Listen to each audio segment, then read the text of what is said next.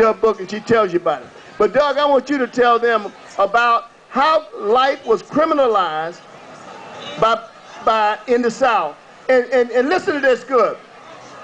The reason that we have 2 million black men in jail today are because of the laws that came out of slavery and Jim Crow. And I'm going to let Doug share with you some of that so you can start making some sense. Because our young black boys in this town get stopped and they are presumed guilty rather than presumed innocent. And that comes out of a mentality, a folkway, and a mores that started in slavery. Go ahead, Doug. Yeah, that's right, Bernard. The way that America got into this habit, this way of finding it normal to have this huge population of African-American men in prison began long, long ago. It's not so much, I believe, not so much out of slavery, but right after slavery. Because in the South, after the enslaved African-Americans had been set free at the end of the Civil War, ostensibly set free, and lived through a period of time in which African-Americans did have real freedom. It depends on where you were in the South, but for 20 or 30 years, those families, the first children born to the freed slaves, those generations experienced a kind of freedom, incredible difficulty, incredible poverty, deprivation of government services and resources, but there was an authentic kind of freedom. And African Americans on a huge scale swarmed into the first schools that were made available to blacks. The literacy rates of African Americans went from very, very low to as high as 60, 70% in many parts of the South. There were extraordinary achievements of African Americans in that time, and also an amazing willingness to try to put the past behind them and just try to become a part of mainstream American life or Southern life. But white Southerners simply could not handle that.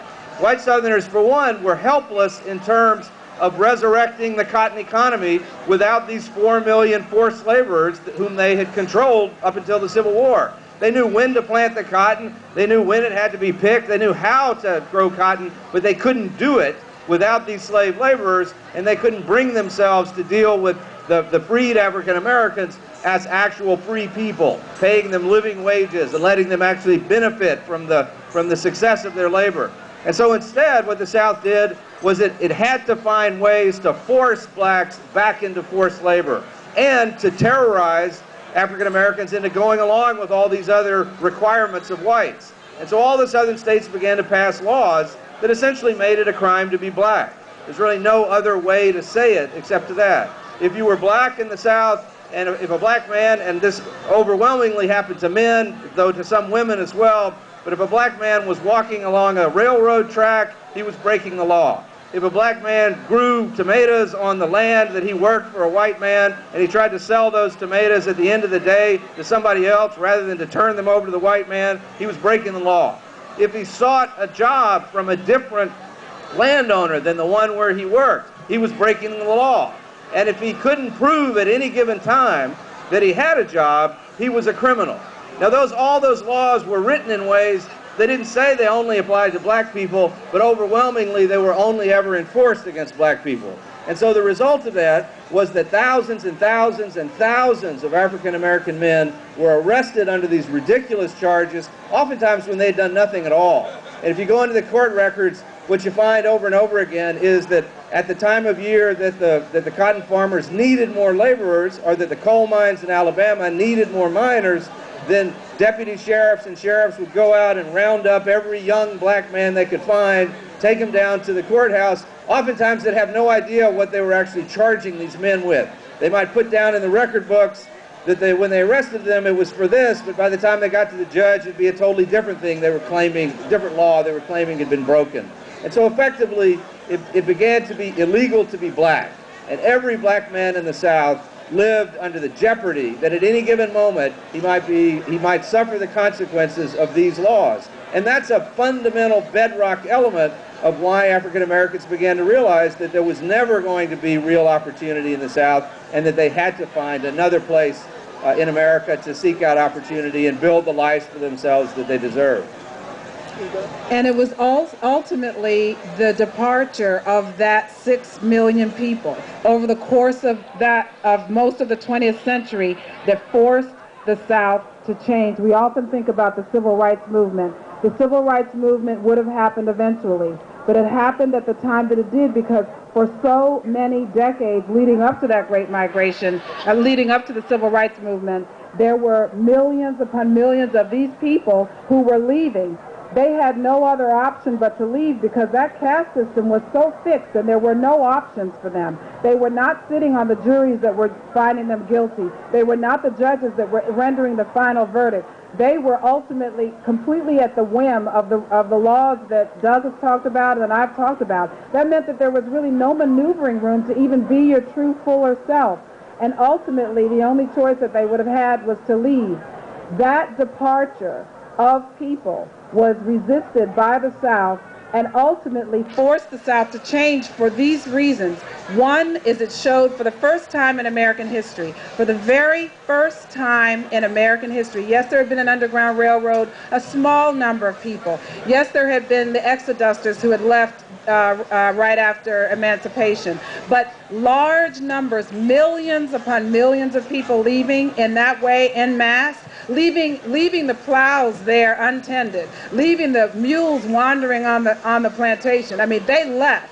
And when they left, they sent a signal to the South that the lowest caste people in this country had options, and for the first time were willing to take them in large numbers. They also, by their very presence in places like Los Angeles, in New York, Chicago, Detroit, and Cleveland, forced the North to deal with issues that they had never dealt with before.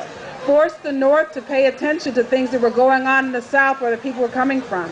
If you think about it, almost any event that occurs anywhere else in the world often only gets attention in the United States because there's a large number of people from that area here in this country.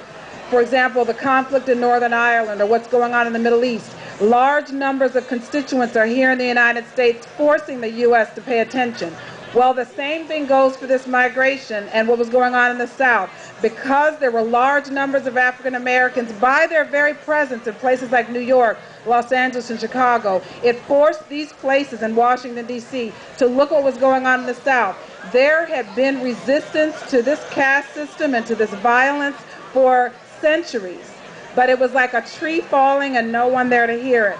Suddenly, cameras went to the South, and they began to capture what the people who had stayed were doing.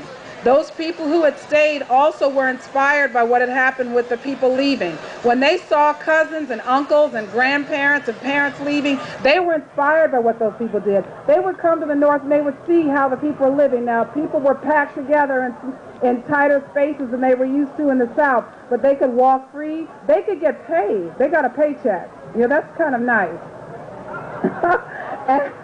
And so when they saw that, they said to themselves, why can't we have that back home where we're from? And one of the most famous people who ever had that thought was Martin Luther King himself, who went to Boston University, went to Boston from Georgia. When he was there as a graduate student, he met Coretta Scott, who he would never have met had there been no Great Migration. Here we go again. And went back to Alabama ultimately, and was one of those people who had seen what the possibilities were when you could walk free. And those people came back inspired by this migration to change the place, the ancestral homeland. And that is what helped propel the civil rights movement. And that shows the power of an individual decision. It shows you that as individuals, no one sounded the day or the hour for this migration. Nobody said, on this day we will do this. In fact, the leaders were often against it. Most of the major leaders, from Frederick Douglass to Booker T. Washington, were vehemently against it. And the people left anyway. Sometimes they left without telling their elders. They just left. And that shows you the power of the individual.